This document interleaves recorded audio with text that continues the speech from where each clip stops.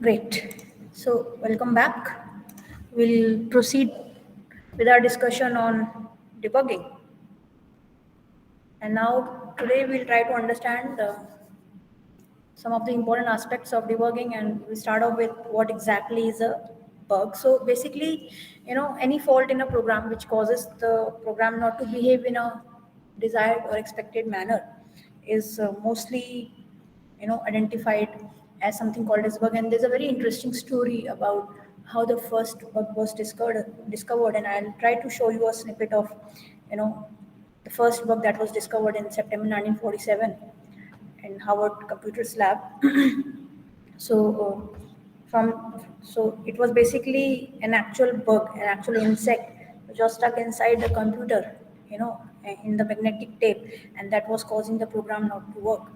And much later, the engineers had identified that it was actually a physical bug, the actual case of the bug actually found in the computer, which was causing the program not to run. So bug basically is something, which you identify when you are testing your system, and then you see that it is not working as expected. So a crucial aspect of making a successful software is to make it to it's not to identify all the bugs in the system, but to actually write a bug free code. So that's the more important aspect of software development, that because even if one is good at identifying the bugs and solving them, especially in their own code, that doesn't mean that their debugging ability is good.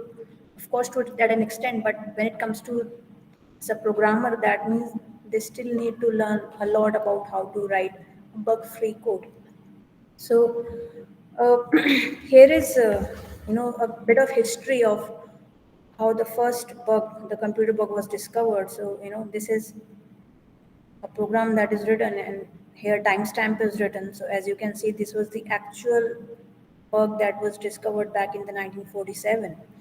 And the coders have actually written here the first actual case of a bug being found, the physical bug that was found in Mark II. So we'll try to share a short video about this, just a 2 minutes video, so that you can appreciate how far we have come from back then. And knowing about history gives us a proper perspective in the present. So let's try to watch this a bit of historical video.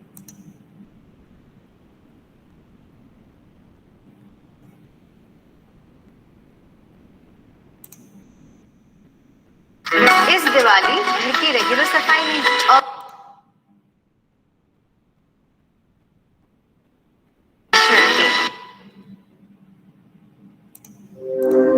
So is the screen visible to all of you?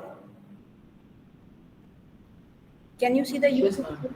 Yes, screen is visible and also audible. Okay, great. Thank you. So let's try to watch this short video, okay? And just look at it from a curiosity point of view, okay? Hello and welcome to HistoryPod. On the 9th of September 1947, the first computer bug was physically found inside the Harvard Mark II electromechanical computer. In this case, the bug was a moth that was trapped between the points inside an electromagnetic relay. Its presence led to problems in the functioning of the whole computer, which were magically resolved when the moth was removed. Development of the Harvard Mark II was financed by the United States Navy, and this explains the involvement of Grace, nicknamed Amazing Grace, Hopper. She had previously been assigned to work as one of the very first programmers of the Harvard Mark I computer during the Second World War, when she was a member of the Navy. The relays inside the Mark II were used for logic calculations using the Boolean system, but if the relay didn't switch in the correct way, then the algebraic function would be incorrect. Urban legend has us believe that the discovery of the moth in the Mark II led to the use of the terms bug and debugging in computer programming. However, the word bug is known to have been used to describe malicious beasties since at least medieval times, and it was well known in the world of electrical engineering since at least the time of the telegraph in the 19th century. Even Hopper, who is credited by many with popularizing the term debugging to find problems in computer code, regularly stated that the moth just fitted with existing terminology. However, the preservation of the moth inside the logbook of the Mark II, alongside the handwritten label, "First actual case of bug being found," is irrefutable proof that computer scientists do have a sense of humor. So I hope you were able to get a understanding of how the first case of the actual bug found. But debugging as a term dates back to much more medieval times, so it's not particularly pertinent to this particular situation. But it's good to remember, So when they actually removed the physical moth from the disk, the program was able to, which was a calculator, so it was able to function as it was supposed to. So hopefully this gives you a perspective on the analogy between identification of bugs and then removing them to make the program run successfully. So that is what basically debugging is about. And throughout the course, we will look at some of the techniques that can help to debug a code, and I'll take 4 or 5 examples to show you. So to show you not how to fix, but how to identify the bug, and then so how to systematically identify the bug, not in a very ad hoc manner, and then how to go about solving it. So right from the very beginning of our series of lectures on debugging, I want to make it very clear. The goal is not to quickly fix the non-working code, but the goal is to systematically identify where the code is breaking, where the error is occurring, and then go on to solving it without creating a problem in the rest of the implementation in the code. So sometimes we feel quite proud if we are able to fix something in a very short time. But especially when we are working on a very large module with lots of dependencies, a systematic approach really helps. So try to be in the series of lectures with that kind of attitude. So before we go on to the details, what do you think could be the causes behind the bugs? What do you think could be the reasons of behind the bugs in the computer program or on your software? What according to you would be the causes? Anyone? Bad logic, Okay. Bad logic. All right. miscalculation. Miscalculation. Okay. So again, if you try to think of the reason, what would cause a logic that you have written to be bad? Less understanding. Of misunderstanding what? The misunderstanding of the problem that we're trying to solve. Right. So insufficient understanding of the problem can definitely be one of the causes behind the bugs, because when you don't know what you're trying to create or solve, definitely that will be reflected in inaccurate coding. Yes. What else? Could be the- Misunderstanding of documentation. Yes. More, maybe misunderstanding of the documentation or not having a good quality SRS for your reference. That could also be one of the causes behind the bugs. Yogeshwar mentions not handling all the test cases. Yes. So especially when you are testing and immediately after software debugging, we will be talking about software testing and multiple, aspects of testing. So yes, if you have not taken into consideration all the test cases, so then you sort of miss out on testing something, and it might find its way when customer testing is performed. What else? Using Hammer for everything. Using? Hammer, I mean, same thing for everything. Like without understanding the use case of some code and using it all around. Yeah. So, inducting a reusable piece of code in your system without really trying to understand what it is giving and what exactly you want. So, the reason, you know, we the reason it is important to talk about the cause behind bugs is that bugs do not simply creep up into your system at the coding stage. Yes, sometimes there are mistakes during implementation that can cause bugs to appear, but it happens much earlier. Remember the steps and the phases in software development life cycle: requirement analysis, requirement gathering, then system design. Poor designing and also can, poor software designing can also be one of the causes behind the bugs. Can anyone think how a poor software design can cause bugs in the system being developed? How poor designing can possibly be a cause for bugs in the system?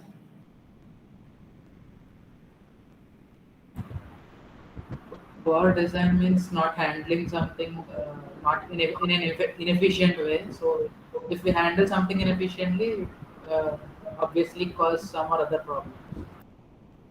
Okay, so as you're learning, and yourself through the designing for your project, designing is the very blueprint on the basis of which you start to implement your code.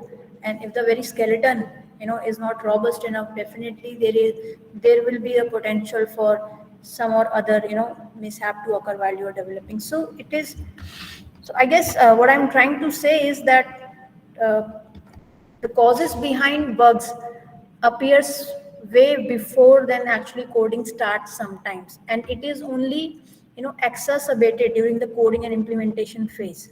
So, and most of us generally feel that bugs is only a reflection of poor coding. It could be, but we cannot discount the previous stages, that can actually play a very decisive role in triggering the bugs in the system. So let us see. So coding errors, one of the causes behind the bugs. Unfinished and not detailed requirements. So in your projects yourself, you must have seen that not being able to understand the problem properly and not being able to extract the requirements, and without understanding this, if we go on to simply use a code and fix type of approach, definitely bugs will be introduced in the system. Misunderstanding of user needs. How do you think misunderstanding of user needs is related to bugs in the system?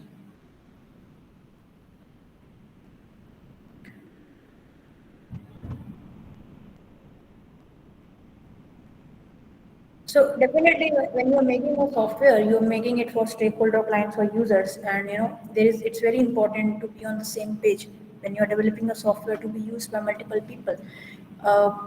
If as a team is not able to understand the user needs and starts to develop prematurely, then that software will contain bugs. But the definition of bugs in that case would be, software is not actually delivering what it is expected to do. Logical errors in design document, lack of documentation, and not enough software testing. So these are some of the causes behind the bugs. Uh, from all these causes, just see that coding errors is one of the sources behind the bugs. The other sources related to design, not understanding the requirements, not understanding, the user needs, not enough testing, and absolute lack of documentation. So try to have this, broad perspective that even before you sit to actually implement your system, it might be possible that in your documentation itself, in your way of thinking itself, you are sort of carrying bugs with you, which will be transported into the system when you are implementing them. That is why thinking and critical thinking before executing your software development is absolutely critical, because if you're thinking before the implementation and coding is clear, then there is the possibility of bugs getting introduced in your system is minimized. The goal is to write a bug-free code. Obviously, no code is bug-free, but ultimately that is what we are approaching. So, towards a bug-free code. So let us try to understand, what a bug life cycle is. Normally, in software companies, most of the work is related to maintenance and bug fixing. So, there's a lifestyle of the bug that you will also see when you go on to a software company. So whenever a tester, identifies a bug, that's a new bug for him or her, then, he or she makes a case in the testing and opens this kind of bug, and then it assigns to the developer or to the team that is handling that module. So for example, if a bug has been found in the talkback module of a particular mobile app, and if you click on the view, the talkback is not working, or the talkback is not working specifically when the language is changing, then it will be given to the team that is handling the talkback module, and within that team the manager then might assign it to the developer who is owning that module. So this is called as assignment, and then the developer might test the bug, might try to replicate it, and gather all the available data to ascertain that whatever the tester has pointed out is actually a bug. Sometimes what happens is that functionalities also sometimes get confused with bugs. So in that case, communication is important, that you need to discuss with the tester, and so that the bug can be closed. Because at the end of the day, most of the time softwares are released very regularly, and when a software goes into production stage, ideally it should not have critical and showstopper bugs. So when the bug is identified by the tester, uh, he opens it as in a case in the entire catalog of bugs. Then it is assigned, the tester tests it, the developer is testing it to replicate it. After that, once the developer is convinced that, okay, here is something that needs to be solved, then he or she might try to fix it and then verify the changes. And after that, there is something called as pushing in the production branch. So there are multiple branches for a commercial software. Most of the time we work in prod branch. So most of the cases are sort of, thrusted in the prod branch after the bug is solved. And then after you fix the bug and you submit the solution and update the code base in the prod branch, so there's a branch before the prod branch. So where you submit your code, the corrected code in that branch, then again the entire software testing happens. And in that testing, if the bug has been solved, then the production can take over. However, if the bug is still found to be there, then that particular bug or the case is reopened. Sorry.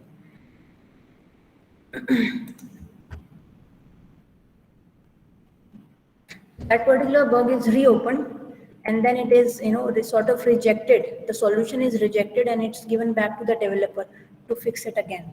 So, and after the developer has actually understood the bug and fixed it, then the bug is closed. So this is a short life cycle of the bug. So the tester identifies it, he or she also verifies it before actually telling it to the developer. Then the developer is assigned, and at the developer side, developer is trying to replicate the bug, trying to understand the trace statements or the print logs or dumps or the log files, and trying to understand, is the bug really a bug, and then trying to understand the root cause of it, solving it, then submitting it, pushing it in the branch. It is tested. If it's not found, then the issue is closed. Otherwise, if it's not found to be fixed, then it is reopened. So this is a basic bug life cycle normally in the commercial product development. So there are a couple of common types of bugs, uh, and as we move forward, we will be discussing about some other kind of errors as well.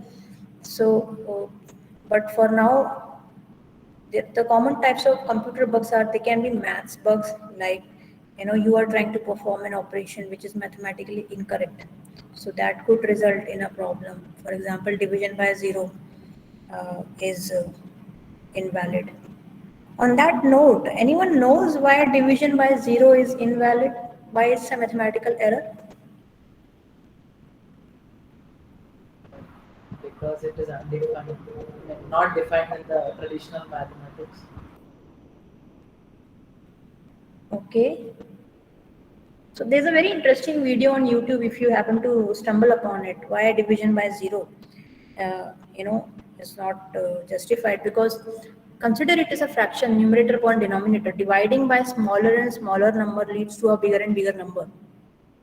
So technically, we don't really have any representation of what would be the output by division by 0. So as you mentioned, it's undefined. So that is one of the maths bugs that can, manifest as a computer bug. Then maybe there is arithmetic flow, overflow or underflow that is happening. When it comes to logic bugs, maybe infinite recursion or infinite loops are the culprit behind the computer bugs. In that case, you really need to understand the flow of the code and use multiple print statements to really identify, especially in case of recursion, if the base condition is being reached or not. If it's not being reached, then what is the reason? And then you sort of, move through the code, especially in case of infinite loops and infinite recursion.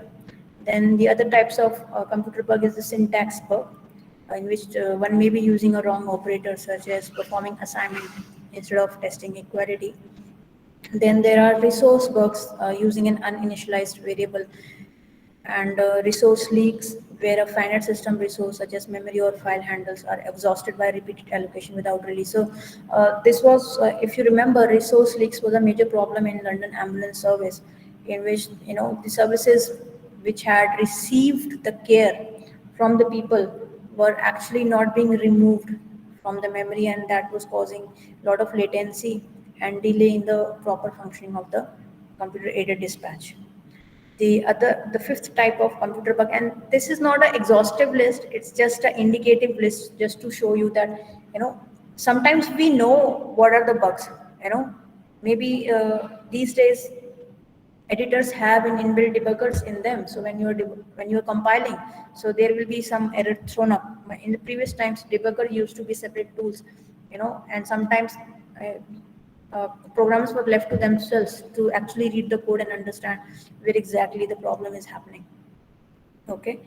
And then there are team working bugs, in which the comments might be out of date or incorrect. So in that case, they may be misleading the software developer who is actually working on that piece of code. And differences between documentation and actual product could also be a type of computer bug.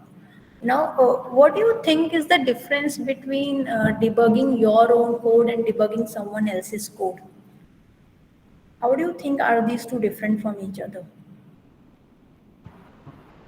If we wrote the code too much time before, it's not much of a difference. But if we write it freshly, we may think, it would be easy for us to debug our own code because the ideas are in mind, in the memory. If it passed some time, it's no different from debugging others' code and our code. Okay. So, when we are working on creating some project individually, then it might not be that challenging, but obviously we can get stuck times. And in that situation, we really need someone else's help. But most of the times we are working on codes, especially in industries, codes written by someone else. And so identification of bugs, actually the root cause of it, can be sometimes difficult. So for that, we really need to understand the code base first. And normally when software engineers are inducted newly in a company, especially after graduation, they are given sufficient time to actually understand the product they are working in and get familiar with the code base, so that maybe after 4 or 6 months, then they are sort of warmed up to actually put their hands on the code base and start improving the software. So let us try to have a discussion on types of bugs and defects. Now that we understand the causes behind the bugs and the types of certain bugs, let us try to understand what are types of bugs, because all kinds of bugs exist in our software, especially in industrial scenario. Now, which one to solve first and how to prioritize the bugs, that need to be solved, especially when the time and resources are limited and the release is due. So that decision becomes extremely critical, in industrial level decisions. So that way, often when testers, release a bug or they assign, normally when a managers give a particular, bug to be faced to the developer, they would always say them that this is a critical bug, and we are having an NRZ policy, which means by the end of the day there should not be open bugs. So then the developer knows that this bug has to be fixed by the end of the day because it's a critical bug. So whenever a developer is assigned a bug, the additional information that is also provided to the developer is whether it's critical or non-critical or showstopper. So these are the basically three types of bug, and we will try to understand them one by one. So stopper bug, as the word suggests, it's a type of bug which is quite disastrous to the overall success of the software, and it has to be solved before the software is released or before the system goes into production. So the impact of this particular bug is so severe that if it would creep into, outside of the company to the customers, then the cost of that bug would be too much, both in the reputation and in finances to the company. So basically, it's a kind of showstopper bug. So the name actually explains why it's called as showstopper. Critical bug, on the other hand, has a lesser priority than showstopper, and the bracket actually denotes how they are denoted. So critical bug is something which is not very severe as showstopper, and but the impact is less severe. However, the solution is available. Whereas in showstopper bug, uh, you may not have a solution immediately, and that is why it may demand more time to be spent to actually brainstorm over the solution. So that's a difference between showstopper bug and critical bug. And any bug which is neither showstopper or critical, and you can still manage, without paying too much of attention to it immediately, that would be something called as a non-critical bug. So these are the kind of bugs which can be, potentially solved via documentation and user training.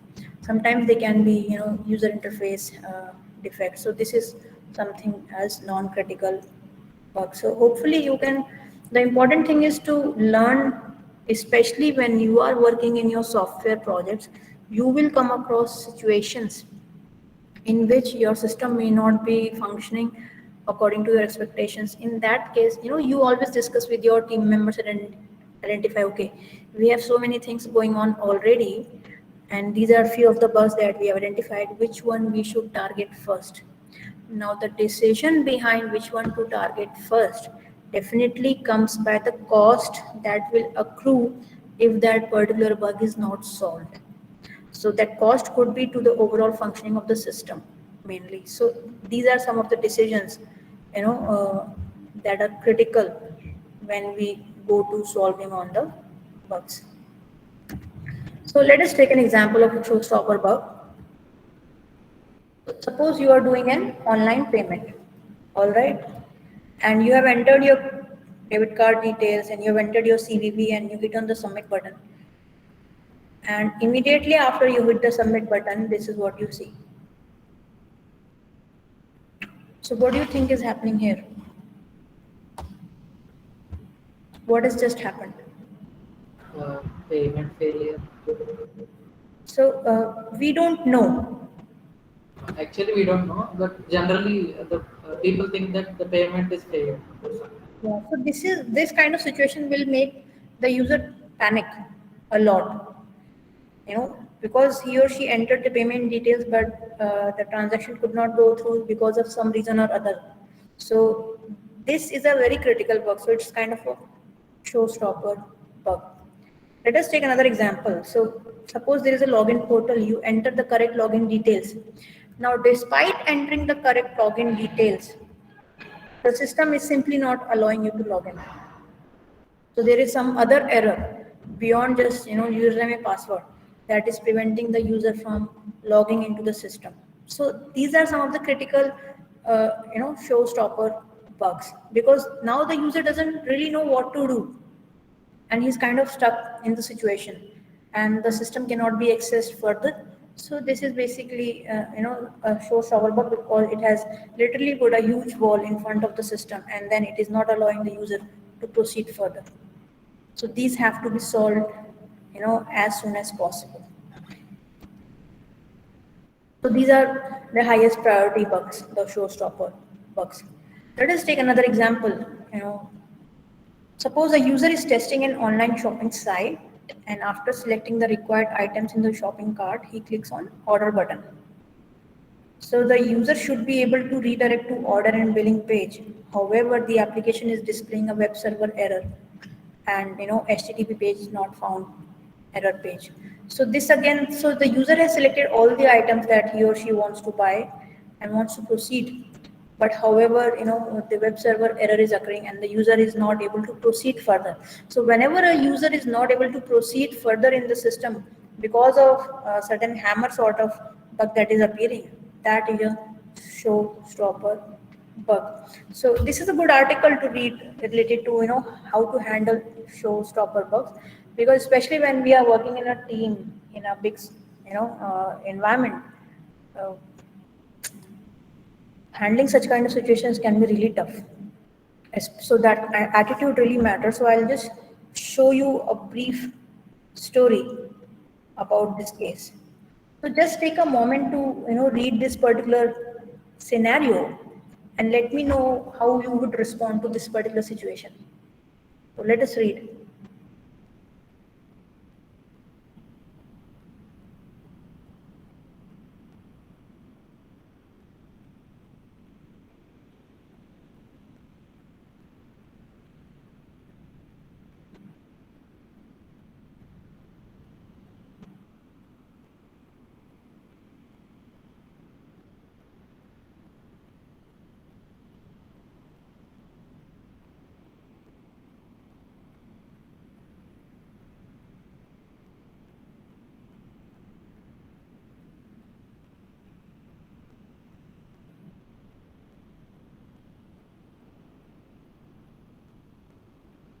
So, has everyone read it?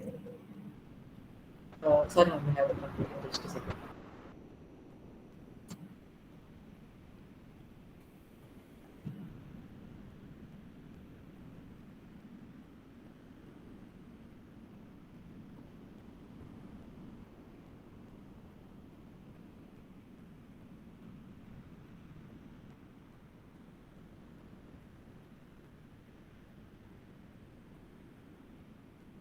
So, what do you think is the problem here? What is happening in this situation? What is the background of this? Background in sense, the situation or Yes, the situation. What has happened? generally there is a big software which has been edited. I mean, some bugs are cleared and then submitted. After that, they got a call that it has. I mean, they found a showstopper bug. So it was the company. I mean, the companies are questioning who installed that upgrade. Yeah. So, again, look at the last statement.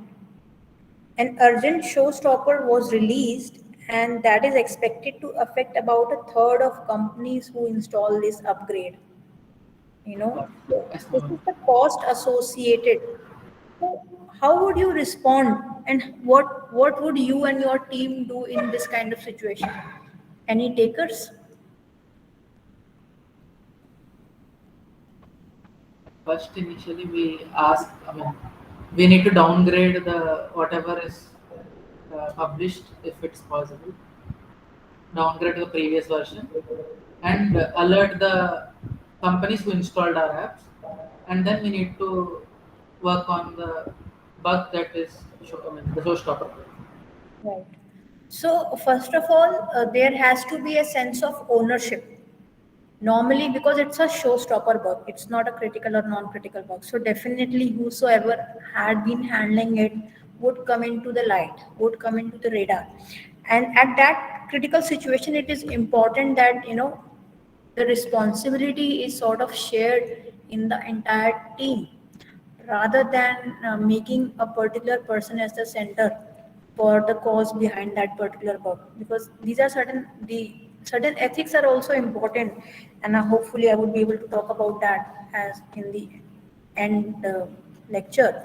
So the first thing that we have to do is, there are always two ways to approach it, and the article that you read, it has shown that two teams have approached this issue in a very different manner. One has got lost its way, you know, in the game of trying to find the person responsible for it, and then trying to, sort of creating a very unhealthy environment to improve the situation. Whereas the other, they immediately take the ownership and responsibility of what has happened, and they start focusing on how to rectify the damage that has occurred and sort of minimize it further. So these kind of situations keep on occurring, when we are working in our universities and working on a specific project or developing a program. It can be very difficult to imagine the larger picture, but it is definitely, you are all being trained to, operate functionally in a larger picture, in a larger world. So in a bigger world, debugging as we study in our classes is much more magnified, it's much more bigger, and there are other issues that also come into picture. Sometimes misunderstandings can cause bugs, and sometimes we know the solution of bugs, but because of certain other dependencies it's not easy to solve them. So that a real world is a very complex world, lots of parameters influence decision making and identification of bugs. So this example was again to show you that identification of bug and then going on to solve that bug, it's a journey that has to be taken not just by one person, especially in a case of showstopper bug. Okay. And then coming on to critical defects. So normally when a feature is not usable as it's supposed to be due to some defect such as program defect, or the new code has to be written, or sometimes because some environmental problem has to be handled through the code, a defect may be qualifies critical defect. Just to distinguish between the two, you can still get away with handling a critical defect without solving it in a sense of urgency, but ultimately you will have to solve the critical defect, you know but it is not as critical as the showstopper bug. So like for example, if a company is observing no issues per day and a defect comes up, then definitely it has to be solved. Whereas a critical defect, you will still need to solve it, but you might take 1 or 2 days because it's not very critical to the overall functionality of the system. So whenever the bugs are released, the status, every bug is tagged with the status, whether it's showstopper, critical or non-critical. Obviously, when a showstopper bug is released, everybody in the team would get to know, and they will really collect themselves together to identify the solution of the bug. So now, and non-critical defect, I think any bug which is not showstopper or critical can be qualified as non-critical, and it could relate not necessarily to the functionality of the overall system, but how that functionality is getting delivered. So mostly these are the graphical interface, kind of bugs. So now we have understood, the common types of bugs, the bug life cycle, and the types of bugs. So both the types, the mathematical types, syntax type, logic types, resource types, and also bugs by the nature of their impact on the entire software, showstopper, critical or non-critical. Now we come to, how to go on to debug the codes or the problems that we face in the software engineering, and there are a couple of methods. So we will be talking about these briefly, very briefly, but personally I feel that debugging is an experimental science.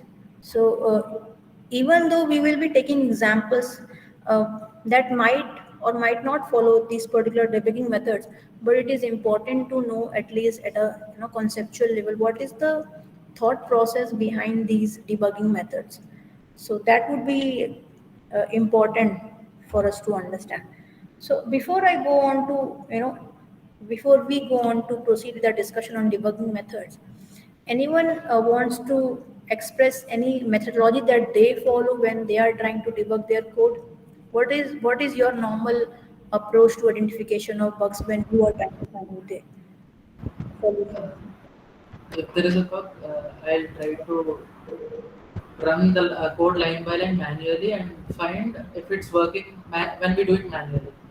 And if it works manually and if it doesn't work in the code, we need to see what are the variables that we are passing and all. Like, narrow down the possibility of such space, and we need to find what is the which line is actually causing and why.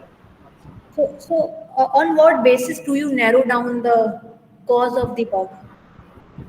Uh, Generally, I keep print statements at critical sections of code, and I'll see until when the code is executed and when it's stopped executing or skipped the part, and I'll see which variable or because of which when it started and when it stopped, or what has been skipped or something of that sort. Absolutely. So you try to basically follow the approach. My program was working fine until this moment, and And then here it went wrong, and why? yeah. So this is how you sort of locate the cause of the bug in your own system. So that's a quite a systematic approach. Yes. Anyone else wants to has anything to share which is slightly different from what Tarun has mentioned?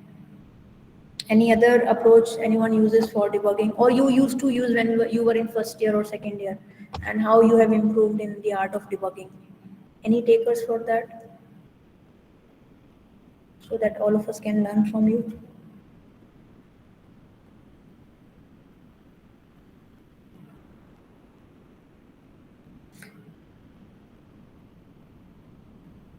Okay, so normally, debugging as an art is slowly improved with time. None of us are intuitive debuggers. Evolution did not prepare us to be debuggers. So it is largely something that can be learned, and also it's quite a transferable skill. So even though you might understand debugging in the concept of software engineering, computer science, but even when doing in any other realm of life, be it scientific research or even solving any real life problem, the basic tenet, the basic ethos of following a particular approach in debugging is largely applicable to all the areas. So it's largely a transferable skill. So we will try to understand these four common methods often used for debugging. We'll start with brute force. So any guess on what brute force method for debugging would look like? What does it mean? What would a brute force way of debugging look like? What could it mean? Like guessing where the bug might have been and trying to remove it. So basically, swimming without direction, or trying to solve a bug in a very ad hoc manner. That is something can be called as the brute force way of debugging. It's highly inefficient way of isolating the cause of the software error. So basically, in brute force methods, you are trying to identify the cause of the bug, but in a very unconscious manner. So you are not conscious in your approach of trying to identifying the uh, bug. So that is something called as the brute force approach to debugging. And naturally, since it's not using, one of the greatest traits we humans have, the ability to think and reason. So, we are not using a disciplined human brain while trying to tackle the cause of the bug. Naturally, this way of debugging is the least efficient for isolating the cause of the software error, because you're literally moving everywhere in all the directions. Especially if the code is big, it's very easy to get tangled up when you are trying to debug by brute force. So when you are trying to identify a bug without any systematic or organized approach, you will be roaming around in all the directions. So that is why it's not considered to be very efficient. But sometimes when you have exhausted all the methods of trying to identify the bug in your system, then sometimes you might resort to brute force method. So it really depends on the context in which you are operating. So this can be seen from this diagram. So suppose a bug is reported and you start over from code, from start to finish. So there are two things that can happen. You see something, quite unexpected. You see something weird, but you don't see the cause of the weirdness. So you have identified that something wrong is happening in the system, but you cannot really understand where that is getting triggered from. So you then again step over the code from start to finish. So basically, you're sort of skimming through the entire code from start to finish and trying to identify the cause. And at times you can see the cause of the weirdness, and in that case you try to fix that bug. And if the fix does not fix the original bug, then you do all this procedure again. So here, as you can see, the person is stepping over from start to finish without any planning, without any goal. So debugging is also a very scientific art. One has to learn it, and it can be learned. So there's nothing bad to be felt about the fact that you may not be able to identify bugs immediately. Sometimes there's a lot of competition that also happens internally, who is very quick to identify bugs. But as I said, the idea is not how quickly you can identify the bugs. The idea is to how to write a bug free code. And that is why we are trying to understand this process. So this is basically a brute force approach to debugging. And as you can see, there are reasons that it's not quite so effective. And because you have to have a hypothesis as to why the program is not working as it should. And once you have that hypothesis, you need to validate that hypothesis or reject it. Based on you validate it or reject it, you proceed further to, let's say, another hypothesis, which will lead you closer to the cause of the error. In 500 lines of code or in 600 lines of code, it's not very challenging to find the bugs. It comes up, when you are dealing with multiple classes, and you're really working on a big software project with different classes and different files and lots of operations happening. It is there. It becomes really difficult, and it will become more difficult if you follow an approach such as like this. So in our class on Wednesday and Thursday, we will continue our discussion on these methods: induction, deduction, and backtracking. And then I'll sort of work together with you on common tactics used to debug code and certain things we should remember while debugging. And using few of the examples later on in the course, we'll try to understand how to debug and not just focus on identifying it quickly and fixing it. That's not the point. So that is all for today. I'll just briefly revise what we learned today.